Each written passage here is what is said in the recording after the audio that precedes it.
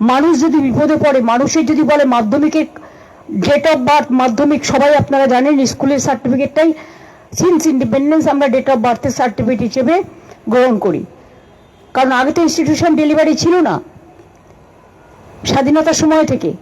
আজকে যদি হঠাৎ বলে দেয় 2 মাস বাদে যে আবার নতুন করে চ্যাপ্টার খোলো, এটা গ্রহণ হবে না। সুপ্রিম কোর্ট বলা সত্ত্বেও বলছে আধার কার্ড গ্রহণ হবে না। মানুষের মধ্যে যেটা আমাদের রেজিস্টার্ড আছে সব জায়গায় অ্যাকসেপ্টেড হচ্ছে, বাংলায় বলছে হবে না। তাহলে ভোট কি করবো ইলেকশন কমিশনের হোম মিনিস্টার দুজন মিলে আর বিজেপি পার্টি মিলে? তাহলে তো 1% ভোটারও থাকবে না।